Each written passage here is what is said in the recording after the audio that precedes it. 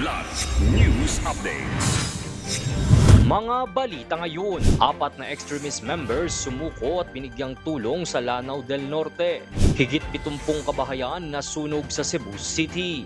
Higit 1 million na Pinoy na kinabang sa zero balance billing sa 4 na buwan ayon sa Malacanang. Ako po si Cesar Soriano para ihatid ang mga nangungunang balita sa buong kapuluan ngayon. 4 na dating miyembro ng Dawla Islamiyya Maute Group at Revolusyonaryong Partido ng Manggagawa sa Mindanao Revolutionary People's Army o RPMM-RPA ang nakatanggap ng tulong pinansyal sa kanilang pagsuko sa Lanao del Norte, Kamakalawa. Natanggap ng bawat isa ang 50,000 pesos mula sa pamahalaang panlalawigan ng Lanao del Norte bilang bahagi ng kanilang reintegration sa ilalim ng Enhanced Comprehensive Local Integration Program o ECLIP.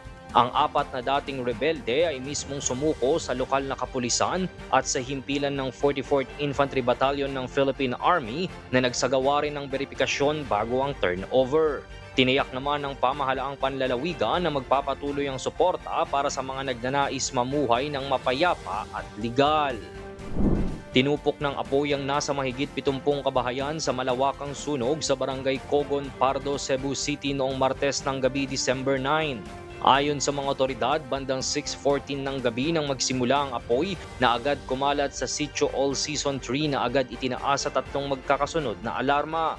Umabot sa 2 oras ang nasabing sunog bago ito tuluyang naapula na nakaapekto sa nasa higit 300 residente. Wala namang naiulat na nasawi o nasugatan sa insidente. Tinatayang aabot sa 3.75 million pesos ang mga ari-ariang tuluyang naging abo dahil sa malawakang sunog at wala pang opisyal na pahayag ang mga otoridad sa sanhi ng trahedya.